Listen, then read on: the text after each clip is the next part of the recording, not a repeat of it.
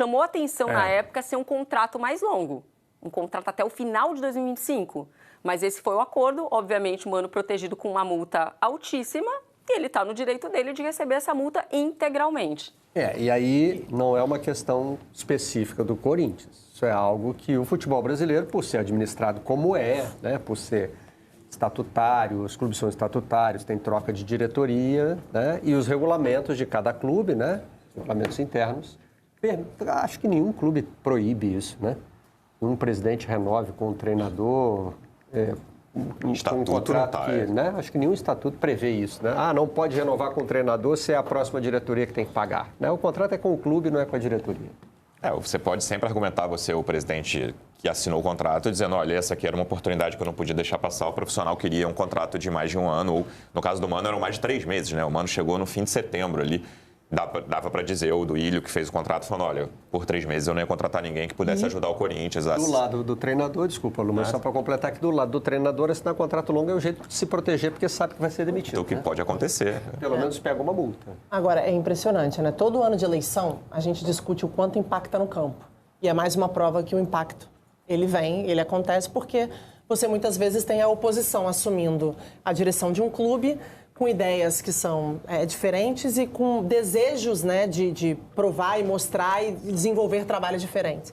Então, toda vez que a gente pega um ano que fechou como o ano passado do Corinthians, a gente até às vezes fala assim, alguns clubes exageram pra caramba em contratação, porque num jogo de eleição quer mostrar que veio, quer mostrar que pode ser reeleito, quer provar que tem condições de seguir fazendo um bom trabalho.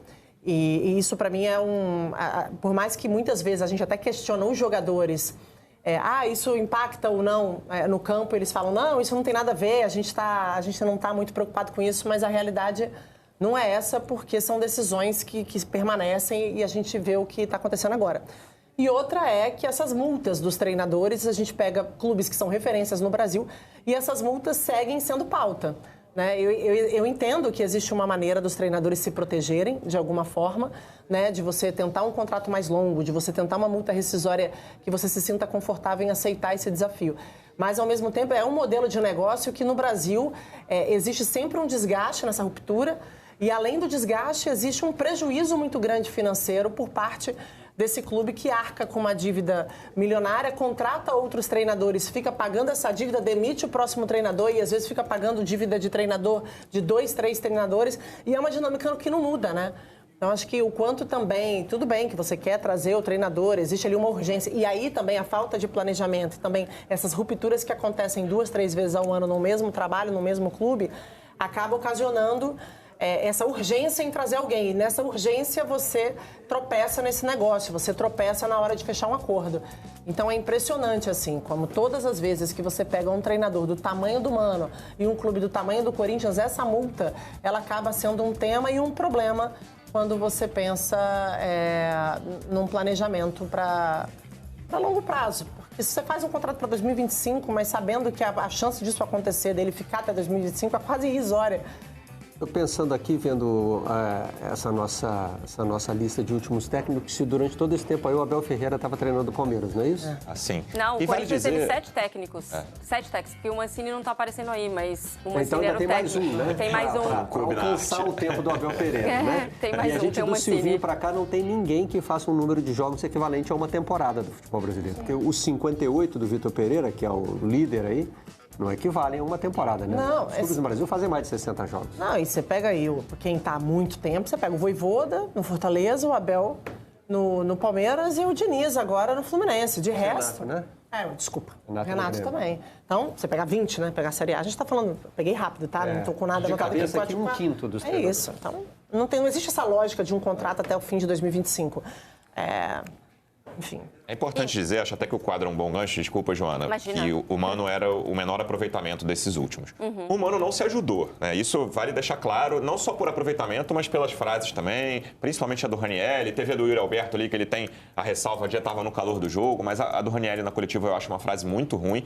Ele não se ajudou, fora o aproveitamento, o time não está jogando bem, mas o Corinthians claramente nesse início de ano tem uma questão estrutural. Fora de campo, a diretoria que entrou está perdida em vários sentidos. Eles não sabem para onde olhar. E aí, com tudo que a Joana comentou sobre o Zanardi, que eu concordo, existiria, ele não virar para o Corinthians, existiria uma desconfiança de um treinador que é amigo do presidente, sendo que isso é normal em ambiente corporativo, não é proibido. Chega um chefe novo, um presidente, um vice-presidente, um diretor, seja o que for, ele tem uma tendência de levar pessoas nas quais ele confia.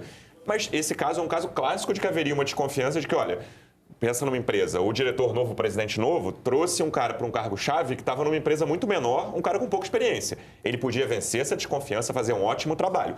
Mas era mais um ponto que entraria aí. Um cara que era amigo do presidente, trabalhou com ele na base do Corinthians e chegaria para se provar num clube como do tamanho do Corinthians. Eu acho que então, eu concordo com você, não é um problema. Agora, vamos analisar esses 33 dias de nova gestão. Quantas mudanças foram acontecendo no Corinthians estruturais?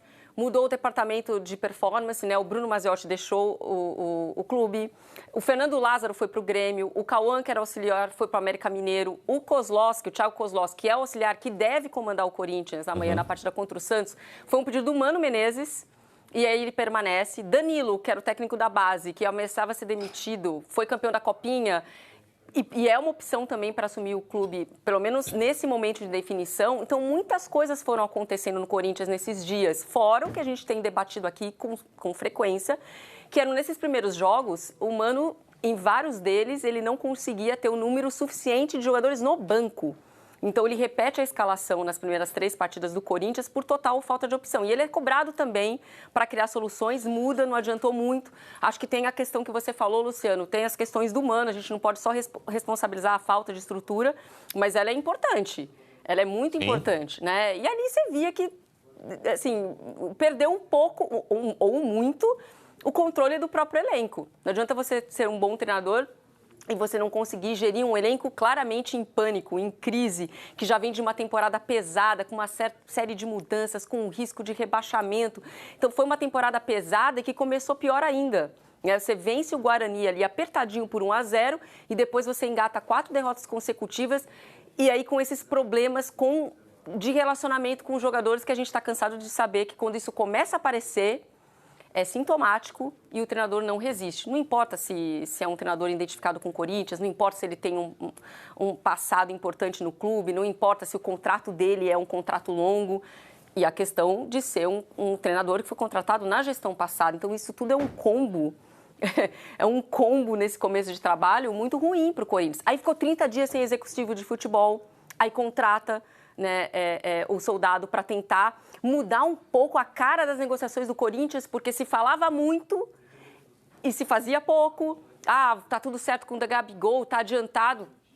Longe de estar certo e adiantado com o Gabigol. Aí anuncia o Mateuzinho treina, Mateuzinho volta para o Flamengo. Agora o Mateuzinho parece que está tudo certo, mas cria uma insegurança gigante, né? Então, você... Por isso que eu estava pensando numa pergunta aqui, mas estou meio que desistindo dela. Qual? Desistir do Gabigol, do Mateuzinho, é tipo isso, no Corinthians? Qual seria a tendência? Esperar o Zanardi ou buscar outro treinador, mas é tudo tão imprevisível com a diretoria do Corinthians. No Paulista você tem 6 jogos só, né? Desculpa, Babi. Antes da fase de mata-mata, são 6 jogos que o Corinthians tem. Mas 6 jogos para meio que salvar o Corinthians também, Exatamente. Né? 6 jogos para quem está na zona do rebaixamento do Paulistão. Então, assim, não é deixar o tempo passar no Campeonato Paulista, né?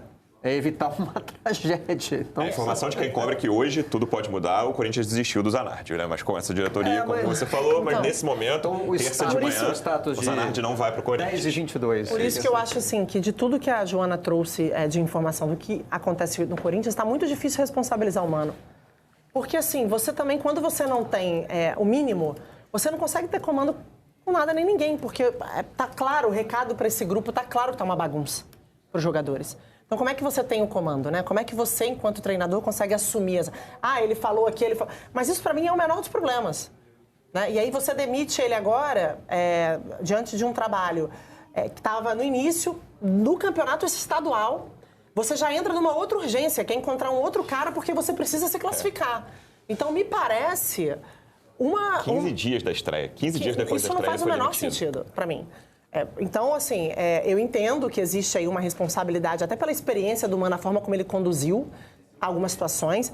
Existiu aí uma pressão da torcida que vem desde o ano passado, quando o Mano vira o nome para assumir o Corinthians. A torcida, grande parte dessa torcida torceu o nariz, não era uma unanimidade. A gente sabe que clubes do tamanho do Corinthians, existe sim uma participação, uma ingerência dessa torcida diante de algumas decisões importantes e grandes.